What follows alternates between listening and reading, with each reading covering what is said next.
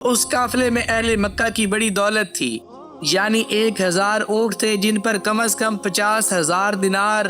جو کہ 262 کلو سونے کی مالیت کے برابر بنتا ہے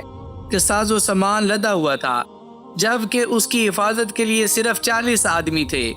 اہل مدینہ کے لیے یہ بڑا نادر موقع تھا، جبکہ اہل مکہ کے لیے اس مال فراوان سے محرومی بڑی زبردست فوجی، سیاسی اور اقتصادی مار کی حیثیت رکھتی تھی۔ اس لیے رسول اللہ صلی اللہ علیہ وآلہ وسلم نے مسلمانوں کے اندر اعلان فرمایا کہ یہ قریش کا قافلہ مال و دولت لیے چلا آ رہا ہے، اس کے لیے نکل پڑو، ہو سکتا ہے اللہ تعالیٰ اسے بطور غنیمت تمہارے حوالے کر دے۔ لیکن یہاں پر ایک بات نوٹ فرمائیے کہ آپ صلی اللہ علیہ وآلہ وسلم نے کسی پر روانگی ضروری نہیں قرار دی، بلکہ اسے محض لوگوں کی رغبت پر چھوڑ دیا، کیونکہ اس اعلان کے وقت یہ توقع نہیں تھی